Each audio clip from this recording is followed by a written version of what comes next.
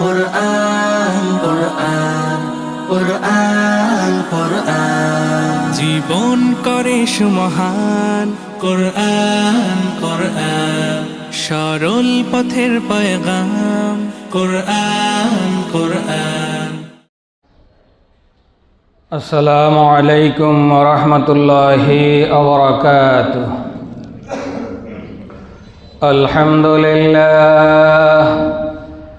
আলহামদুলিল্লাহ নাহমাদুহু ওয়া নাস্তাঈনুহু ওয়া নাস্তাগফিরুহু ওয়া নাউযু বিল্লাহি মিন শুরুরি আনফুসিনা ওয়া মিন সাইয়্যাতি আ'মালিনা।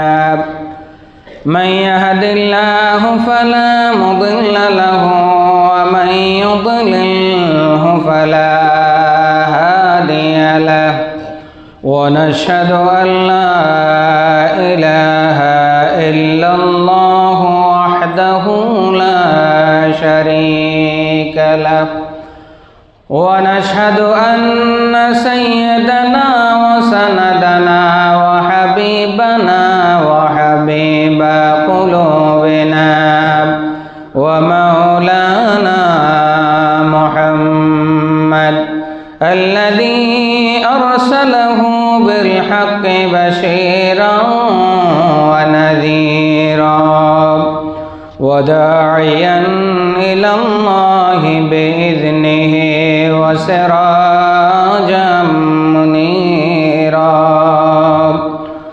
أما بعد فقد قال الله تعالى في كلامه المجيد وفي فرقانه الحميد. أعوذ بالله من الشيطان الرجيم. بسم الله الرحمن الرحيم. إن الله وملائكته يصلون على النبي يا أيها الذين آمنوا صلوا عليه وسلموا تسليما. درود شريف পড়ে اللهم صل على سيدنا محمد وعلى آل محمد كما صليت على إبراهيم وعلى آل إبراهيم إنك حميد مجيد. اللهم بارك على محمد وعلى آل محمد كما باركت على إبراهيم وعلى آل إبراهيم إنك حميد مجيد.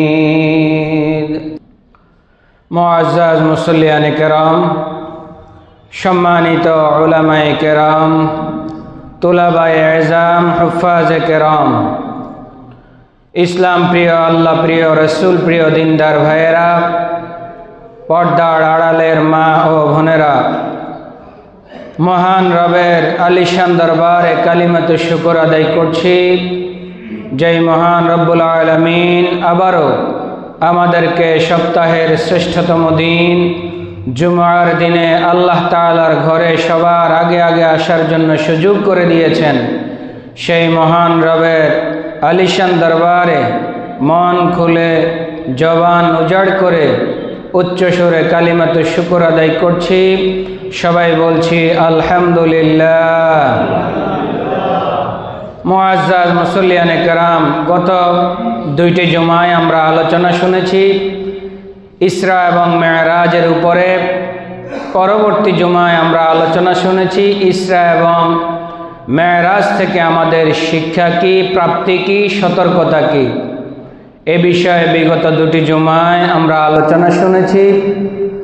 আজকে আমরা এমন একটি গুরুত্বপূর্ণ বিষয়ে আলোচনা শুনব যেই বিষয়টি একজন মুমিনের দৈনন্দিন কাজের সাথে ওতপ্রোতভাবে জড়িত, একজন মুসলমানের দৈনন্দিন কাজের সাথে ফরজে আইনের মতো ওতপ্রোতভাবে জড়িত, এইরকম একটি গুরুত্বপূর্ণ বিষয়ে আলোচনা শুনব।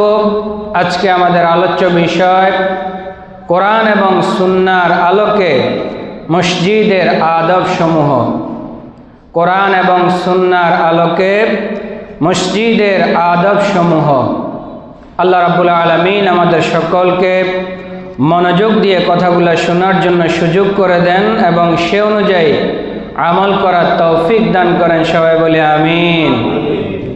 প্রিয় মুসল্লিয়ানে কেরাম, আমরা এজ এ মুমিন হিসাবে, এজ এ মুসলিম হিসাবে, ইমানদার হিসাবে, মুসলমানের সন্তান হিসাবে, আল্লাহর বান্দা হিসাবে, নবীর উম্মত হিসাবে আমাদের সকলের উপরে দৈনন্দিন কয় ওয়াক্ত নামাজ ফরজ? একটু জোরে বলেন, কয় ওয়াক্ত? 5 ওয়াক্ত। তাহলে দৈনিক আমাদেরকে 5 বার মসজিদে আসতে হয় কি হয় না? হয়। এই মসজিদে আমরা প্রতিদিন 5 বার, অনেকে আছে তার চেয়ে আরও বেশি নফল ইবাদত করার জন্য আমরা মসজিদে আগমন করে থাকি। কিন্তু মসজিদে আসার যে আদব আছে, মসজিদে আসার যে হুকুম আহকাম আছে, মসজিদে আসার যে নিয়মতান্ত্রিকতা আছে, এটা সম্পর্কে আমরা অনেকেই অবগত নই।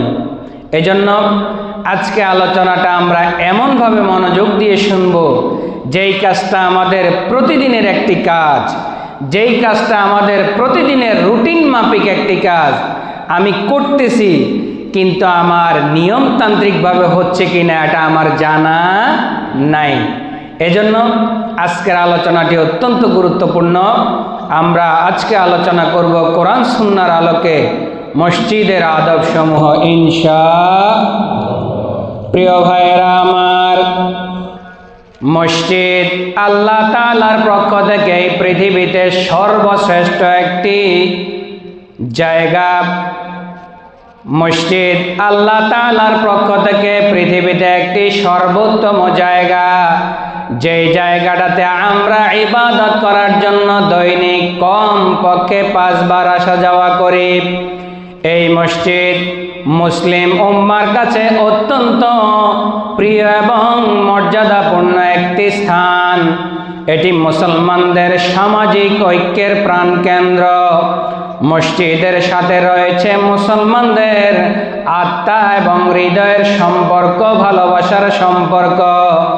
তাই এর শ্রেষ্ঠত্ব এবং মর্যাদা এবং আদবসমূহ রক্ষা করা আমাদের ঈমানি দায়িত্ব। সুবহানাল্লাহ। মসজিদের সাথে আমাদের আত্মার সম্পর্ক আছে না নাই? মসজিদের সাথে আমাদের ভালোবাসার সম্পর্ক আছে না নাই? মসজিদের সাথে আমাদের হৃদয়ের গভীর থেকে ভালোবাসার সম্পর্ক আছে না নাই? যার কারণে কোন আল্লাহর বান্দা যদি মসজিদ নিয়ে, কোন আল্লাহর বান্দা যদি মসজিদের অবস্থান নিয়ে, কোন আল্লাহর বান্দা যদি আল্লাহ তাআলার ঘর নিয়ে নেগেটিভ মন্তব্য করে, তো আমরা মুমিন হিসাবে সেটা কখনো সহ্য করতে পারি না। ঠিক না বেঠিক? তাহলে মসজিদের সাথে আমাদের আত্মার সম্পর্ক আছে, মসজিদের সাথে আমাদের ধর্মীয় সম্পর্ক আছে, মসজিদের সাথে আমাদের আধ্যাত্মিক সম্পর্ক আছে, মসজিদের সাথে আমাদের ভালোবাসার সম্পর্ক আছে, মসজিদের সাথে আমাদের ঈমানের সম্পর্ক আছে, মসজিদের সাথে আমাদের ইসলামের সম্পর্ক আছে, মসজিদের সাথে আমাদের আল্লাহ এবং রাসূলকে পাওয়ার অন্যতম মাধ্যম এই মসজিদ। কথা ঠিক না বেঠিক? অতএব এই মসজিদের শ্রেষ্ঠত্ব রক্ষা করা আমার আপনার দায়িত্ব। এই মসজিদের ইজ্জত এবং সম্মান রক্ষা করা আমার আপনার দায়িত্ব। এই মসজিদের আদবসমূহ রক্ষা করা আমার আপনার উপরে ঈমানি দায়িত্ব। ঠিক না বেঠিক? তাহলে আমরা একে একে ধারাবাহিকভাবে শুনব মসজিদের আদব সমূহ কি কি। মসজিদের আদব সমূহ কি কি? এক নম্বরে আল্লাহ রাব্বুল আলামিন রাসূলের মাধ্যমে আমাদেরকে জানিয়ে দিচ্ছেন, যে ব্যক্তি মসজিদে আসার জন্য চিন্তা করবে তবে সে যেন ওযু করে মসজিদের দিকে রওনা করে। সুবহানাল্লাহ। এক নাম্বার কাজ, যে ব্যক্তি মসজিদে আসার জন্য চিন্তা করবে তবে সে যেন ওযু করে মসজিদের দিকে রওনা হয়। আমরা যখন বাসাবাড়ি থেকে বের হই বা দোকান থেকে বা অফিস আদালত থেকে বের হই, অনেকে চিন্তা করি মসজিদের সাথে তো অজুখানা আছে, এত কষ্ট করি বাসা থেকে অজু করে লাভ কি, একবারে মসজিদে যাইয়াই অজু করবো না।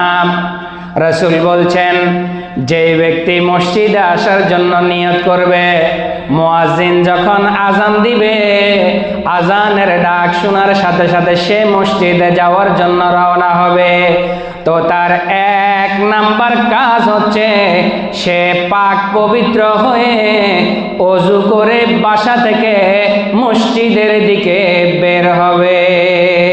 সুবহানাল্লাহ বলেন।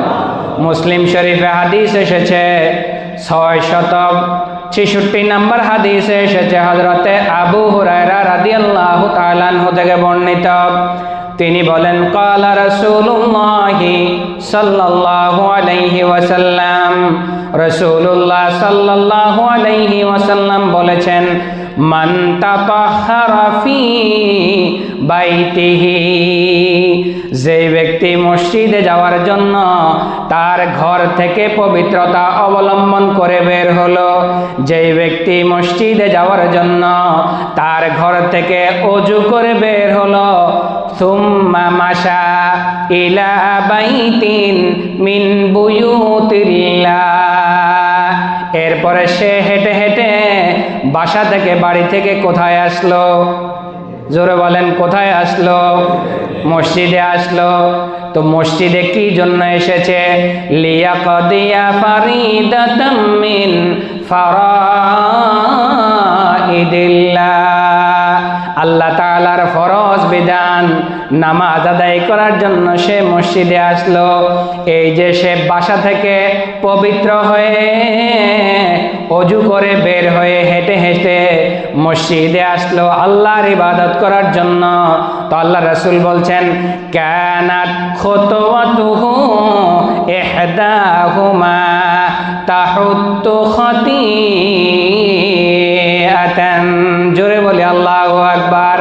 আল্লাহ রাসূল বলছেন, একটা কদম মানুষ যখন হাঁটে কয় পা দিয়ে হাঁটে? কয় পা দিয়ে হাঁটে? 2 পা দিয়ে হাঁটে। তো সে যখন ওযু করে বাসা থেকে পবিত্র হয়ে মসজিদের দিকে গমন করে, তার 2টা কদমের একটা কদমের বিনিময়ে আল্লাহ তাআলা তার আমলনামা থেকে সগীরা গুনাহ মাফ করে দেন। নারায়ে তাকবীর। ওয়াল উখরা তারফাউ দারাজাতান, আরেকটি কদম যখন ফেলে, একটি কদমের কারণে গুনাহ মাফ হয়ে যায়, আরেকটি কদম সে যখন ফেলে তো আল্লাহ তাআলার তার দুনিয়া এবং আখিরাতের মর্যাদাকে বৃদ্ধি করে দেন। আর জোরে কন্যা ভাই। তাহলে মসজিদে আসার এক নাম্বার আদব, বাসা বাড়ি থেকে কি করে বের হতে হবে? একটু বলেন না ভাই, কি করে? বাসা বাড়ি থেকে যখন আমি আর আপনি বের হব তো ওযু করে বের হব। ওযু করে বের হয়ে যদি আমি হেঁটে হেঁটে আসি, 2টা কদমের একটা কদমের বিনিময়ে আল্লাহ তাআলা আমার আপনার আমল নামা থেকে এক কদমের বিনিময়ে একটা করে সগীরা গুনাহ মাফ করে দিবেন। অপর কদমের কারণে আমার আপনার দুনিয়ার জীবনের মর্যাদা বৃদ্ধি করে দিবেন। নারায়ে তাকবীর। প্রিয় ভাইয়েরা আমার, 2 নাম্বার আদব, 2 নাম্বার আদব হচ্ছে আপনি যখন বাসা থেকে ওযু করে মসজিদের দিকে রওনা হবেন, যখন মসজিদে ঢুকবেন, মসজিদ থেকে বের হবেন, তখন দোয়া আছে না নাই? জোরে বলেন, আছে না নাই?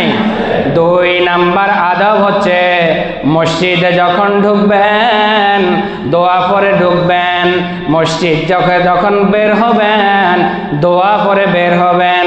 বুখারী শরীফের 638 নম্বর পৃষ্ঠায় হাদিস এসেছে, রাসূলুল্লাহ সাল্লাল্লাহু আলাইহি ওয়াসাল্লাম আমাদেরকে জানিয়ে দিচ্ছেন, ক্বালা রাসূলুল্লাহ সাল্লাল্লাহু আলাইহি ওয়াসাল্লাম ইযা দাখালা আহাদুকুমুল মাসজিদ ফালিয়াকুল আল্লাহুম্মা ইফতাহ লি আবওয়াবা রাহমাতিক ওয়া ইযা খারাজা ফালিয়াকুল আল্লাহুম্মা ইন্নী আসআলুকা মিন ফাদলিক। জোরে বলি আল্লাহু আকবার।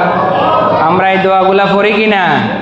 রাসূল বলছেন ইযা দাখালা আহাদুকুমুল মসজিদ, যখন তোমাদের কোনো আল্লাহর বান্দা মসজিদে প্রবেশ করবে তবে সে যেন বলে, কি বলবে?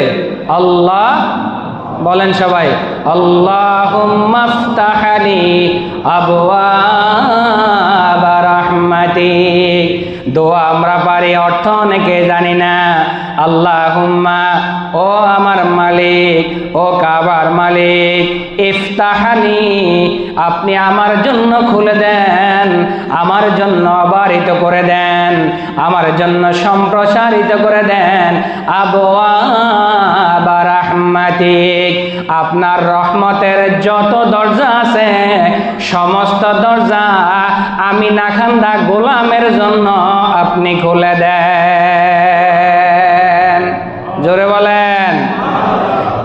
এরপরে ওয়াইদা খারাজা, যখন আমি আর আপনি বের হব, ফালিয়াকুল, তবে সে যেন বলে আল্লাহুম্মা ইন্নী আসআলুকা মিন ফাদলিক, ও কাবার মালিক, আমি তোমার ইবাদত করার জন্য মসজিদে ঢুকেছি, মসজিদে ঢোকার জন্য তোমার কাছে রহমত প্রার্থনা করেছি, তোমার রহমতের সমস্ত দরজা আমার জন্য খুলে দাও।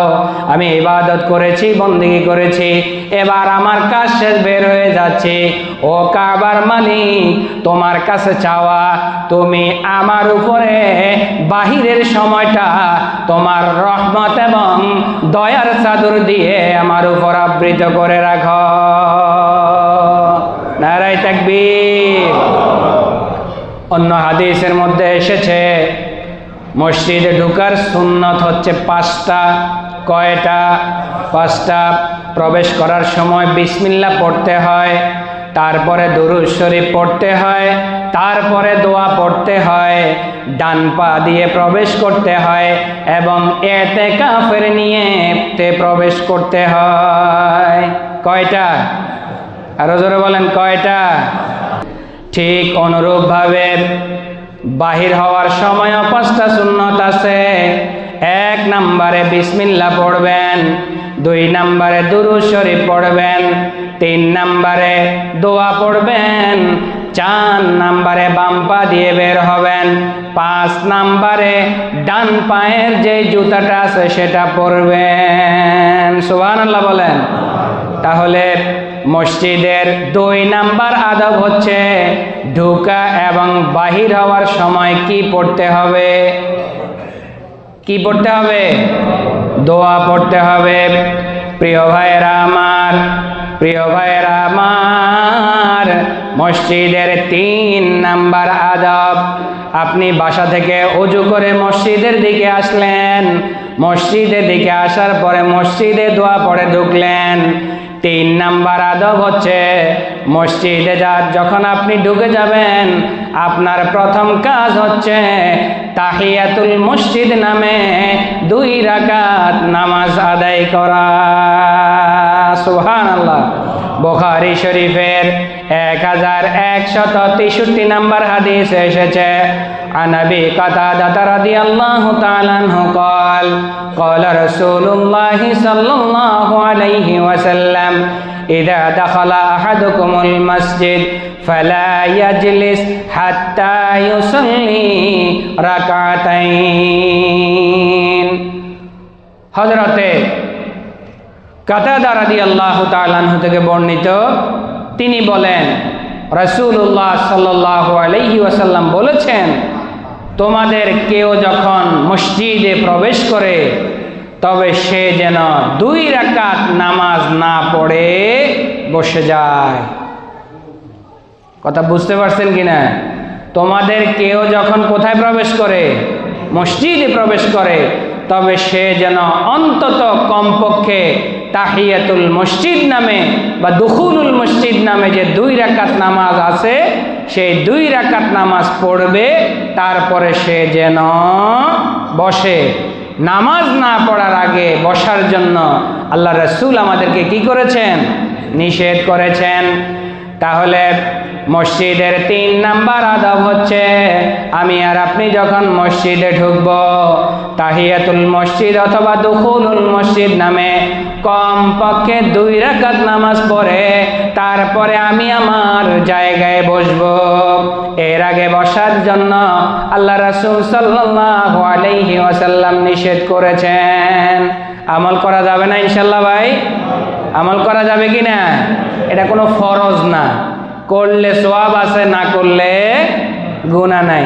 তাহলে আমাদের সকলের গুনাহ আছে না নাই? আছে।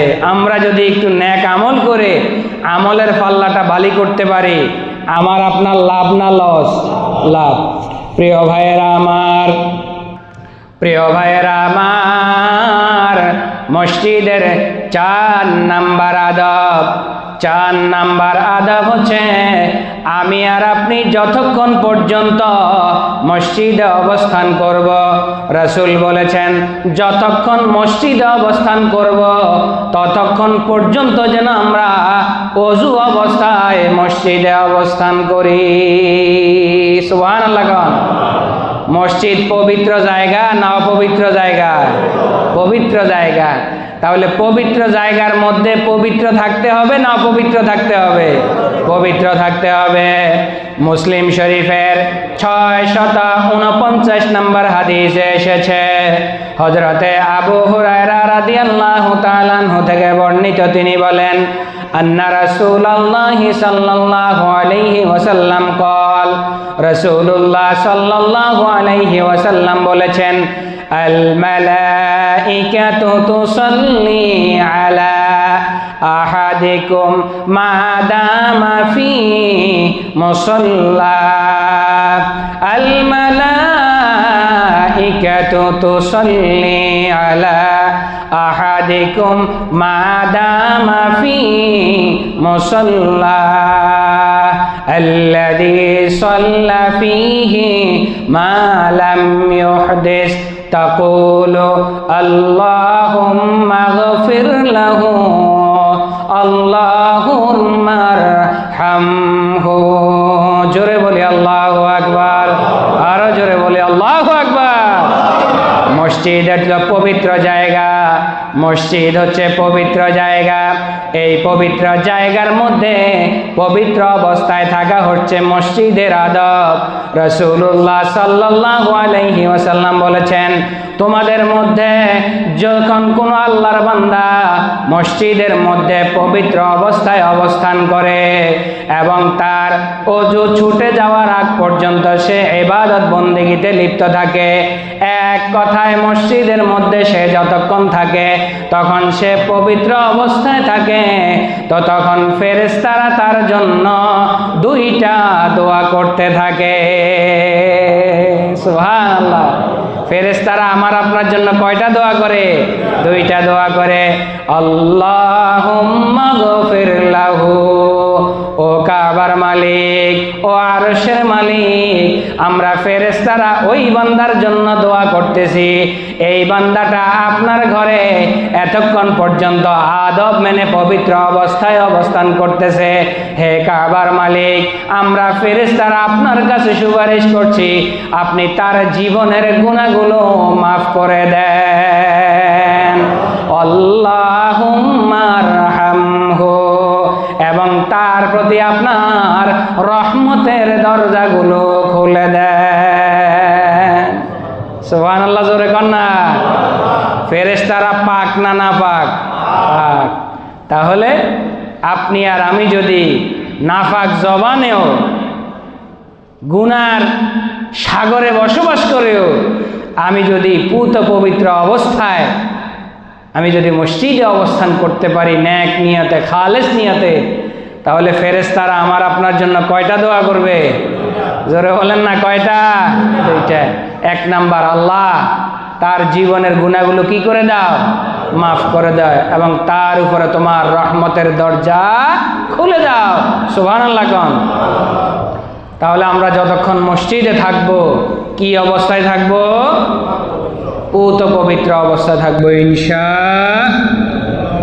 প্রিয় ভাইয়েরা আমার, প্রিয় ভাইয়েরা আমার, মসজিদের 5 নাম্বার আদব, মসজিদের 5 নাম্বার আদব অত্যন্ত গুরুত্বপূর্ণ বিষয়।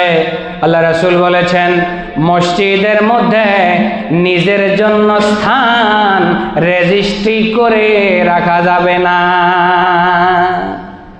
মসজিদের মধ্যে নিজের জায়গা মাদুরা দিয়ে নির্ধারণ করে রাখা যাবে, এটা মসজিদের আদব। আপনি আজকে এখানে দাঁড়িয়েছেন, কালকে আরেক জায়গায় দাঁড়ান, পরশুদিন আরেক জায়গায় দাঁড়ান, জায়নামাজ বিছিয়ে, অথবা আপনার জায়গায় আরেকজন দাঁড়ালে এটা আমার জায়গা না, তুমি কেন এখানে দাঁড়াইছো, এই কাজ করা যাবে। কার কথা? রাসূলের কথা। কার কথা? রাসূলের কথা।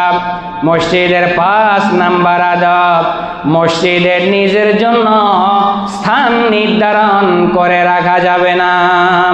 নাসাই শরীফে হাদিস এসেছে, 1112 নাম্বার হাদিস, হযরতে আব্দুর রহমান ইবনে শিবলিন রাদিয়াল্লাহু তাআলা আনহু থেকে বর্ণিত। তিনি বলেন, নাহা রাসূলুল্লাহি সাল্লাল্লাহু আলাইহি ওয়াসাল্লাম আন সালাসিন। আল্লাহ রাসূল সাল্লাল্লাহু আলাইহি ওয়াসাল্লাম 3টা জিনিসের ব্যাপারে নিষেধ করেছেন। কয়টা জিনিস? জোরে বলেন, কয়টা?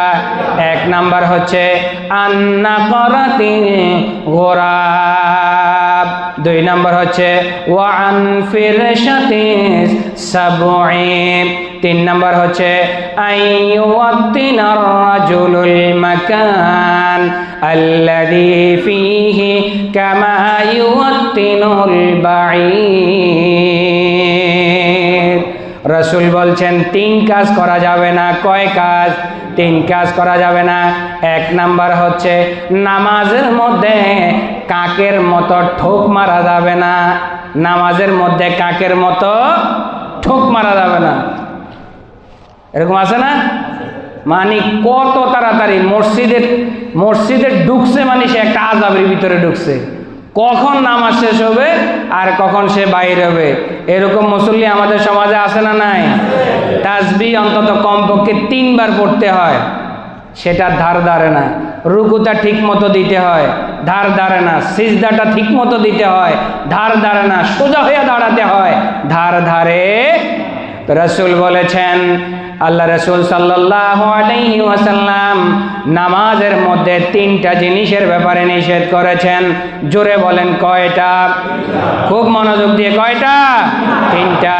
1 নাম্বার আন্নাকরাতিল গোরাব, নামাজটা ধীরস্থিরভাবে পড়তে হবে, নামাজটা খুশুখুশুর সাথে পড়তে হবে, নামাজটা ধীরস্থিরতা অবলম্বন করে করতে হবে। কোনোভাবেই কাকের মতো ঠুক ঠুক করা যাবে না। কে বলেছেন? রাসূল বলেছেন। কে বলেছেন? বলেছেন? রাসূল বলেছেন। 2 নম্বরে বলেছেন ওয়া আন ফিরশাতিস সাবঈ, যখন সিজদায় যাবা তখন চতুষ্পদ জন্তুর মতো পাগুলোকে হাতগুলোকে বিছিয়ে দেওয়া যাবে না। সিজদাটা যেভাবে করলে সুন্দর হয় এভাবে করতে হবে। হাতগুলোকে মাটির সাথে মিশিয়ে দিয়ে চতুষ্পদ জন্তুর মতো সিজদা করা যাবে না। 3 নম্বরে বলা হয়েছে আইয়ুয়াত্তিনাল মাকানুর রাজুলু আইয়ুয়াত্তিনার রাজুলুল মাকান আল্লাযী ইউসাল্লি ফীহি, মসজিদের মধ্যে নামাজের জন্য নিজের জায়গাটাকে নির্ধারণ করে রাখা যাবে না, নিজের জায়গাটাকে রেজিস্ট্রি করে রাখা যাবে না, নিজের জায়গাটাকে নির্ধারণ করা রাখা যাবে না। কামা ইউয়াত্তিনুল বাঈর, যেমনি ভাবে ওট তার নিজের জায়গা ছাড়া কোথাও সে বসে না। নাউজুবিল্লাহ কোন? কিভাবে আল্লাহ রাসূল উদাহরণ দিয়েছেন? মক্কার জমিনে ওট একটা প্রাণী আছে না নাই? আছে। তাকে তার শোয়ার জন্য, বসার জন্য, থাকার জন্য যেই ঘর দিবেন আপনি ছেড়ে দিলে সে এই জায়গা ছাড়া অন্য কোথাও সে যাবে না, সে ওই জায়গায় যাবে। রাসূল বলছেন ও মুসল্লি ভাইয়েরা, উটের মতো তোমরা নিজেদের স্থানকে মসজিদে নির্ধারণ করে রাখবা না, রেজিস্ট্রি করে রাখবা না। আজকে এখানে পড়ো, কালকে 2 নম্বর লাইনে পড়ো, পরশুদিন 1 নম্বর লাইনের শেষ মাথায় পড়ো, তারপরের দিন মাঝে পড়ো। যেই যেই জায়গা তোমার সিজদার ডাক লাগবে ওই সমস্ত জায়গাগুলা কাল কিয়ামতের ময়দানে তোমার জন্য আল্লাহর কাছে সুপারিশ করবে। সুবহানাল্লাহ। তাহলে ভিন্ন ভিন্ন জায়গায় পড়লে লাভ না লস? লাভ। আর এক জায়গায় নির্ধারণ করা এটা কিসের মতো? ওটের মতো। কিসের মতো? ওরে কথা কয় না, আমার কথা না রাসূলের কথা? রাসূলের কথা। তাহলে রাসূল 3 জিনিস নিষেধ করেছেন। 1 নাম্বার, কাকের মতো ঠোকর ঠোকর মেরে মেরে নামাজ পড়া যাবে। 2 নাম্বার, সিজদায় যখন যাব হাতগুলোকে একবার জমিনের সাথে মিশিয়ে চতুষ্পদ জন্তুর মতো এভাবে গোলগাল হয়ে যাব। আর 3 নাম্বার হচ্ছে মসজিদে নিজের জন্য জায়গা নির্ধারণ করে রাখবো। কথা বুঝে আসছে কিনা প্রিয় ভাইয়েরা আমার? মসজিদের 6 নাম্বার আদব, মসজিদের 6 নাম্বার আদব, মসজিদে উচ্চ কণ্ঠে কথা বলা যাবে না এবং শোরগোল করা যাবে না। যাবে? যাবে না। আবু দাউদ শরীফের 1332 নম্বর হাদিসে এসেছে, হযরতে আবু সাঈদ খুদরি রাদিয়াল্লাহু তাআলা আনহু থেকে বর্ণিত, তিনি বলেন একদা রাসূলুল্লাহ সাল্লাল্লাহু আলাইহি ওয়াসাল্লাম মসজিদে নববীতে সাহাবীদেরকে উচ্চস্বরে কেরাত পড়তে শুনলেন। শোনার পরে তিনি পর্দাটাকে সরিয়ে দিলেন। সরিয়ে দিলে তিনি তাদেরকে স্মরণ করে দিলেন, জেনে রেখো তোমাদের প্রত্যেকেই স্বীয় রবের সাথে মুনাজাতরত আছো। কেউ কেউ মসজিদের এক পাশে ইবাদত বন্দেগী করতেছে, কেউ কেউ মসজিদের এক পাশে আল্লাহ বিল্লাহ করতেছে। অতএব তোমরা যে উচ্চ সুরে কোরআন তেলাওয়াত করতেছ, তোমরা তোমাদের অপর ভাইকে কষ্ট দিও না। সুবহানাল্লাহ। দেখছেন, কোরআন তেলাওয়াত করতেছে উচ্চ সুরে, আল্লাহ রাসূল কি করেছেন? নিষেধ করেছেন। মসজিদে উচ্চ আওয়াজে কথা বলা যাবে না, উঁচু কণ্ঠে কথা বলা যাবে। কারণ এখানে আমরা যারা আছি, একজন যদি আওয়াজ করে অন্যদের মন মানসিকতা নষ্ট হয় কি হয় না? জোরে বলেন, হয় কি হয় না? হয়। গত জুমায় আমার এরকম হয়েছে, এই পিলারের পিছনে একজন হ্যালো, আমি তো কিরে কি কয়, এই রকম উচ্চ স্বরে শোরগোল করা যাবে। প্রিয় ভাইয়েরা আমার, অন্য হাদিসের মধ্যে আরো কঠিনভাবে উল্লেখ করা হয়েছে। বুখারী শরীফের 470 নম্বর হাদিসে এসেছে, একবার তায়েফের 2 জন লোক মসজিদে নববীতে উচ্চ আওয়াজে কথা বললেন। ওমর রাদিয়াল্লাহু তাআলা আনহু তাদেরকে দেখে ফেললেন। দেখে ফেলার পরে ডাক দিলেন, এই আল্লাহর বান্দারা এদিকে আসো, তোমাদের বাড়ি কোথায়? বলে, আমাদের বাড়ি তো তায়েফে, আমরা এখানে মসজিদে নববীতে এসেছি। কয় যে আল্লাহ তোমাদেরকে বাঁচাইছে, যদি তোমরা মদিনার লোকজন হইতা আমি তোমাদেরকে এমন শাস্তি দিতাম যেটা তোমরা কল্পনাও করতে পারতে না। সুবহানাল্লাহ কন, আরো জোরে কন। তাহলে মসজিদে আওয়াজ করলে শাস্তির বিধানও আছে না নাই? ওমর রাদিয়াল্লাহু তাআলা বলতেছে, আল্লাহ তোমাদেরকে বাঁচাইছে, তোমরা যদি মদিনার লোক হইতা তো তোমাদেরকে আমি কি পরিমাণ শাস্তি দিতাম তোমরা কল্পনাও। সাবধান, এরপর থেকে মসজিদে আর আওয়াজ করা যাবে না। প্রিয় ভাইয়েরা আমার, এই জন্য মসজিদের আদব রক্ষার্থে আমরা যখন মসজিদে ঢুকি, অনেকে মসজিদে মোবাইলে কথা বলি, আছে না নাই? মসজিদে ঢুকে উনি এখনো দুনিয়াবি কাজ নিয়েই মসজিদে ঢুকছে, আছে কি না এরকম? এটা করা যাবে? করা যাবে না। মুসল্লিরা অনেকেই একে অপরের সাথে কথা বলে, উচ্চবাচ্য করে, এইরকম করা যাবে না। অনেক সময় বিভিন্ন মসজিদে দেখা যায় মসজিদের কমিটির সদস্য পাওয়ার দেখায়, ওই ইমাম সাহেব ফ্যানটা চালায় দেন, ওই খতিব সাহেব এটা করে দেন, এই আপনি এটা করলেন না কেন, আপনার খবর আছে। এইরকম বিভিন্ন মসজিদে কমিটির উচ্ছৃঙ্খল মানুষের উচ্চবাচ্য শোনা যায় কি যায় না? এইরকম করা যাবে না। সর্বশেষ মোবাইলের রিংটোন, এটা আমাদের নামাজের ব্যাঘাত ঘটায় কি ঘটায় না? জোরে বলেন। আল্লাহর হস্তে দয়া করে যারাই মসজিদের মধ্যে ঢুকবেন মোবাইলগুলোকে সাইলেন্ট করে নেবেন, না হলে অফ করে নেবেন। অথবা নামাজরত অবস্থায় যদি ফোন চলে আসে, দয়া করে আপনি একটু পকেটে হাত ঢুকিয়ে আপনার মোবাইলের রিংটোনটা অফ করার চেষ্টা করবেন। আপনার একজনের রিংটোনের কারণে 100 জনের নামাজের যদি ক্ষতি হয়, এর জবাব কালকে আমাদের ময়দানে আপনাকে দিতে হবে। কি হবে কি হবে না? মোবাইলের রিংটোন বাজলে নামাজের মনোযোগের ব্যাঘাত ঘটে কি ঘটে না? জোরে বলেন। তাহলে এটাও উচ্চ আওয়াজেরই একটা অংশ কিনা? মানুষ কথা বললে যখন নামাজের ব্যাঘাত ঘটে, তাহলে মোবাইলের রিংটোন বাজলে নামাজের ব্যাঘাত ঘটে কি ঘটে না? অতএব আমরা এ ব্যাপারে সাবধান থাকবো, এটা মসজিদের একটা আদব। প্রিয় ভাইয়েরা আমার, মসজিদের 7 নাম্বার আদব, মসজিদের 7 নাম্বার আদব, হর হামেশায় আমরা এই কাজটা করে থাকি, যেটা করার জন্য আল্লাহর রাসূল আমাদেরকে নিষেধ করেছেন। মসজিদে ঢোকার পরে আল্লাহর কোন বান্দা আপনার পিছনে নামাজ পড়তেছে, ওই লোকের সামনে দিয়া হাঁটা যাবে না। নামাজরত মুসল্লির সামনে দিয়া হাঁটা যাবে, কথা বুঝতেছেন কি না? আপনার পিছনেই নামাজ পড়তেছে, সূত্রা নাই, আপনার সহ্য হচ্ছে না, উনি 3 রাকাত 2 রাকাত 1 রাকাত শেষ করবেন, তার আগেই আপনি হেঁটে চলে যাচ্ছেন, এটা করা যাবে। বুখারী শরীফের 510 নম্বর হাদিসে এসেছে, মুসলিম শরীফের 507 নম্বর হাদিসে এসেছে, রাসূলুল্লাহ সাল্লাল্লাহু আলাইহি ওয়াসাল্লাম আমাদেরকে জানিয়ে দিচ্ছেন, যদি মুসল্লিদের সামনে দিয়ে যাওয়া, যদি মুসল্লির সামনে দিয়ে যাওয়া ব্যক্তি জানতো যে তার উপর কি পরিমাণ পাপের বোঝা চাপানো হচ্ছে, তাহলে সে 40 পর্যন্ত দাঁড়িয়ে থাকতো।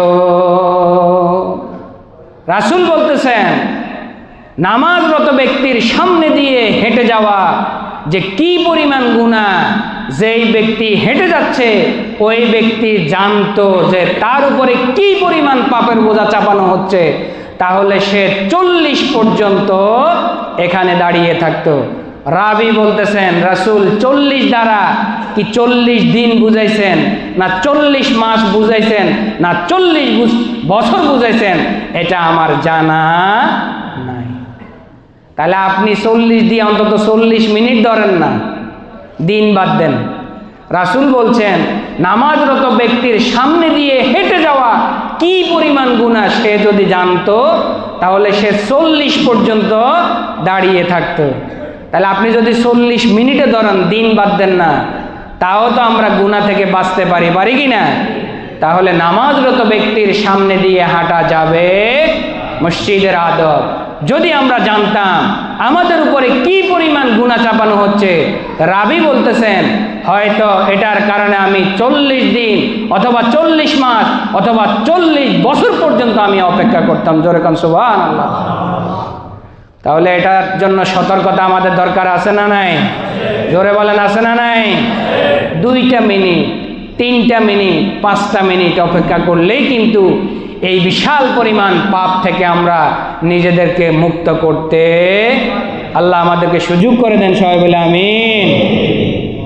প্রিয় ভাইয়েরা আমার, মসজিদের 8 নাম্বার আদব, মসজিদের 8 নাম্বার আদব হচ্ছে পেঁয়াজ, রসুন এবং দুর্গন্ধযুক্ত কোনো কিছু খেয়ে মসজিদে আসা যাবে না।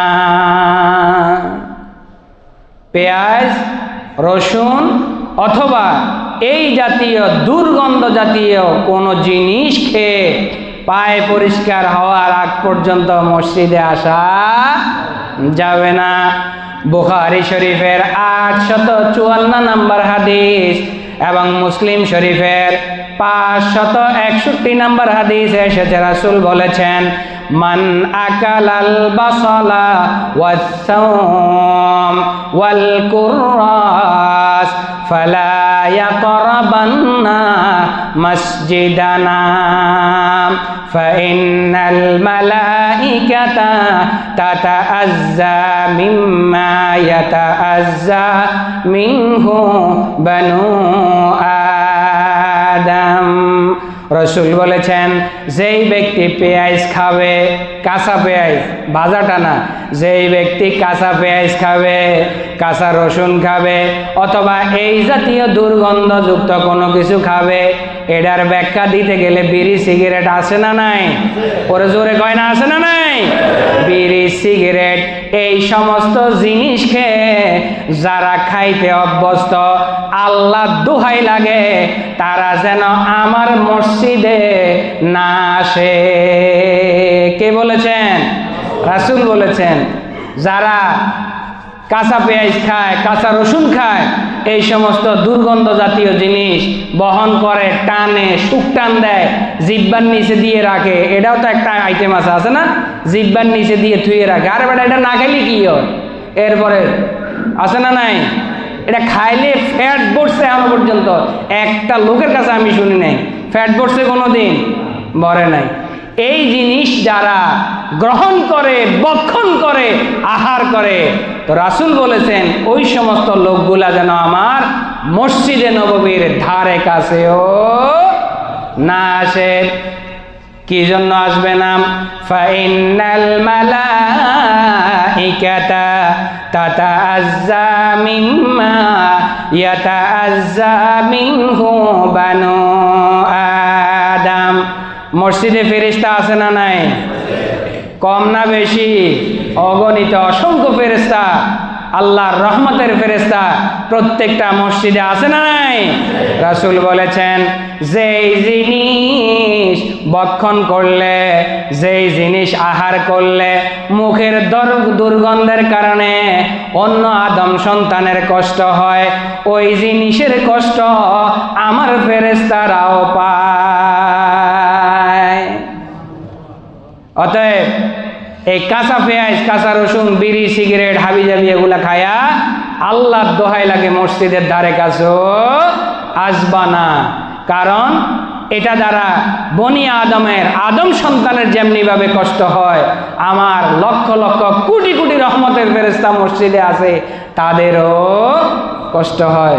অতএব ফেরেশতাদেরকে কষ্ট দেওয়া, মানুষদেরকে কষ্ট দেওয়া আমার আপনার দায়িত্বের মধ্যে পড়ে? জি না। এই বিষয়গুলো খেয়াল রাখা লাগবে ইনশাআল্লাহ। প্রিয় ভাইয়েরা আমার, মসজিদের 9 নাম্বার আদব, মসজিদে 9 নাম্বার আদব, 9 নাম্বার আদব হচ্ছে অপবিত্র অবস্থায় মসজিদে প্রবেশ না করা। অপবিত্র অবস্থায় মসজিদে প্রবেশ করা শুরুতে বলা হয়েছে মসজিদে কি অবস্থায় থাকতে হবে? পবিত্র অবস্থায় থাকতে হবে। আর এখানে বলা হয়েছে আপনি জানেন আপনি অপবিত্র, কিন্তু অপবিত্র হয়েও মসজিদে অবস্থান করা যাবে না। বুখারী শরীফের 470 নম্বর হাদিসে এসেছে, হযরতে আম্মা জান আয়েশা রাদিয়াল্লাহু তাআলা আনহা থেকে বর্ণিত, তিনি বলেন একদা নবী করিম সাল্লাল্লাহু আলাইহি ওয়াসাল্লাম আমাকে বললেন, ও আয়েশা, মসজিদ থেকে আমাকে জায়নামাজটা এনে দাও, মসজিদ থেকে আমাকে মাদুরাটা এনে দাও। তখন আমি বললাম, ও আল্লাহর রাসূল, আমি তো হায়েজ অবস্থায় আছি, অপবিত্র অবস্থায় আছি। রাসূল উত্তরে বলছেন, তোমার হায়েজ তোমার হাতে নাই, এটা আল্লাহ তাআলার পক্ষ থেকে নির্ধারিত। অতএব অপবিত্র অবস্থায় তুমি মসজিদের ধারে কাছেও যাইতে পারবা না। সুবহানাল্লাহ কোন। তাহলে অপবিত্র অবস্থায় মসজিদে ঢোকা যাবে না। প্রিয় ভাইয়েরা আমার, মসজিদের 10 নাম্বার আদব, মসজিদের 10 নাম্বার আদব, মসজিদকে দুনিয়াবি কাজে ব্যবহার করা যাবে না। মসজিদকে দুনিয়াবি কাজে ব্যবহার করা যাবে না। তিরমিজি শরীফের হাদিস এসেছে 1321 নম্বর হাদিস, রাসূলুল্লাহ সাল্লাল্লাহু আলাইহি ওয়াসাল্লাম বলেছেন, قال رسول الله صلى الله عليه وسلم إذا رأيتم من يبيع أو يبتاع في المسجد فقولوا لا أربح الله تجارتك। মসজিদে আসছে, হুজুর খুতবা দিচ্ছে, এর খুতবার খবর নাই, এ মসজিদে আইসাও মাল বেচা কিনা করতেছে। ভাই, এই জিনিসটা তো লাগবে, জুমার নামাজের পর পর একটু দিয়ে দিবেন নি। কয় টাকা? এত টাকা। না এত না এত। এইরকম আলোচনাও তো মসজিদে আমরা মুসল্লিরা করি কি করি না? করি। রাসূল বলেছেন, ইজা রাআইতুম মাইয়াবিউ আও ইয়াবতাআ ফিল মসজিদ, যখন তোমরা কাউকে মসজিদের মধ্যে বেচা কিনা করতে দেখবা অথবা বেচা কিনা সংক্রান্ত কথাবার্তা বলতে দেখবা, ফাকুলু, তখন তোমরা বলবা, লা আবরাহাল্লাহু তিজারাতিক, আল্লাহ তোমার ব্যবসার মধ্যে জীবনেও কোনোদিন লাভ না দেয়। কে শিখাই দিছেন? রাসূল শিখাই দিছেন। কে শিখাই দিছেন? রাসূল শিখাই দিছেন। কারণ মসজিদ দুনিয়াবি কাজের জায়গা নয়। এজন্য বেচা কিনা সংক্রান্ত কোনো কথা যদি কাউকে বলতে দেখো, তো তার সামনে রাইখা বলবা, আল্লাহ যেন তোর ব্যবসার মধ্যে জীবনেও কোনোদিন কি না দেয়। ওরে জোরে কয় না, কি না দেয়। ব্যবসায়ীর সংখ্যা বেশি, এজন্য কথা বলতেছেন না, ঠিক না? আমার কথা না তো, রাসূলের কথা। আমার কথা রাসূলের কথা। তোমরা যদি কাউকে মসজিদের মধ্যে বেচা কিনা সংক্রান্ত কাজ করতে দেখো, তো তাহলে সাথে সাথে বলে দিবা, আল্লাহ যেন তোর ব্যবসার মধ্যে জীবনও কোনোদিন কি না দেয়, লাভ না দেয়। ওয়াইদা রাআইতুম মাইয়ানশুদু ফীহি দাল্লান, যদি কেউ মসজিদে দাঁড়ায় বলে, ভাই আমার টাকা হারায় গেছে, আমার ঘড়িটা হারায় গেছে, আমার মোবাইলটা হারায় গেছে, একটু মেহেরবানি করে আমার গরু হারায় গেছে, ছাগল হারায় গেছে, কেউ সহৃদয় বান্ধব ব্যক্তি যদি পেয়ে থাকেন একটু পৌঁছায় দিবেন। রাসূল বলতেছেন, তোমরা বলে দিবা, লা রাদ্দাহাল্লাহু আলাইক, আল্লাহ যেন তোর মালটা জীবনেও ফিরাইয়া না দেয়। সুবহানাল্লাহ, জোরে কোন, আরো জোরে কোন। মসজিদ কিসের জায়গা? জোরে কোন, মসজিদ কিসের জায়গা? ইবাদতের জায়গা। এজন্য মসজিদে এসে বেচা কিনা সংক্রান্ত কাজ কাম করা যাবে, হারানো মালামাল খোঁজা যাবে, শুনলেই আল্লাহ রাসূলের সুন্নতের আমল করতে হবে। যেটা বেচা কিনা, যেই সমস্ত ব্যবসায়ীরা আছেন একটু সাবধান হবেন, মসজিদে আসি বেচা কিনার কথা বলা যাবে। আর যারা ক্রেতারা আছেন শুনবেন, আল্লাহ রাসূলের সুন্নতের আমল করবেন, তোর ব্যবসার মধ্যে আল্লাহ যেন লাভ না দেয়। আর যে হারানো জিনিস খুঁজবে, আল্লাহ যেন তোর জিনিস জীবনেও তোর কাছে ফিরাইয়া আমার কথা না রাসূলের কথা? জোরে কোন আমার কথা না রাসূলের কথা? সর্বশেষ প্রিয় ভাইয়েরা আমার, মসজিদের 11 নম্বর আদব, মসজিদের 11 নম্বর আদব, মসজিদ পরিচালনা কমিটি দিনদার ব্যক্তি দ্বারা পরিচালনা করতে হবে। সুবহানাল্লাহ কোন, আরো জোরে কোন। মসজিদ কার ঘর? মসজিদ কার ঘর? মসজিদ কিসের জায়গা? ইবাদতের জায়গা। এজন্য মসজিদ পরিচালনা কমিটি যারা আছে তাদেরকে দিনদার ব্যক্তি দেখে পরিচালনার জন্য নিযুক্ত করতে হবে। সুবহানাল্লাহ।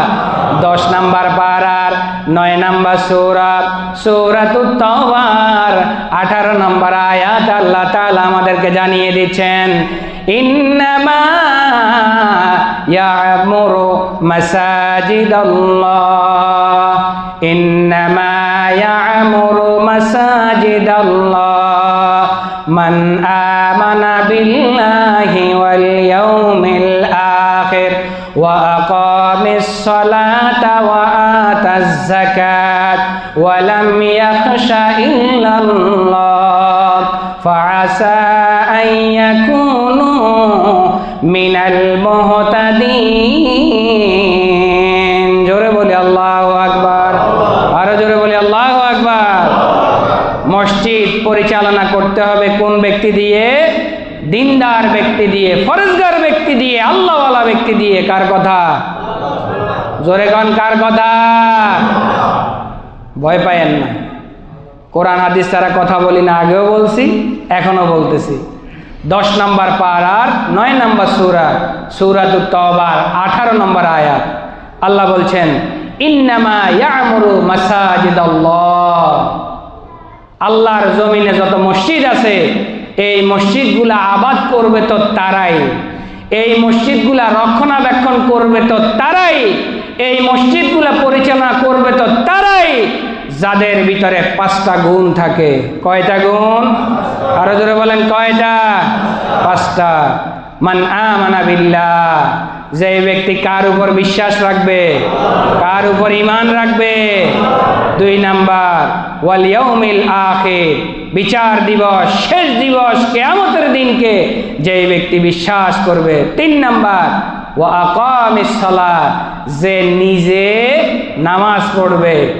ঢাকা শহর সহ গ্রামগঞ্জে অনেক পাড়া মহল্লার মসজিদের সভাপতি, সেক্রেটারি, কোষাধ্যক্ষ আছে, জীবনে কোনোদিন পশ্চিম দিকে আসারও খায় না। আছে কিনা এরকম? জোরে বলেন। তিনি হলেন কোন কমিটির সভাপতি? মসজিদ কমিটির সভাপতি। তাহলে এটা একটা জুলুম, এটা একটা অন্যায়। যে নিজে নামাজ পড়ে না সে কোনোদিন আর কিছু হোক মসজিদ কমিটির সভাপতি হতে পারে, মসজিদ কমিটির সদস্য হতে পারে। আল্লাহ বলছেন ও আকামাস সালাত, সে নিজে নামাজ পড়ে, অন্যকে নামাজ পড়ার জন্য উদ্বুদ্ধ করে, দিন নামাজ কায়েমের সংগ্রাম সে নিজে করে। ও আতাজ যাকাত, যাকাতের সময় হলে যাকাত দেয়।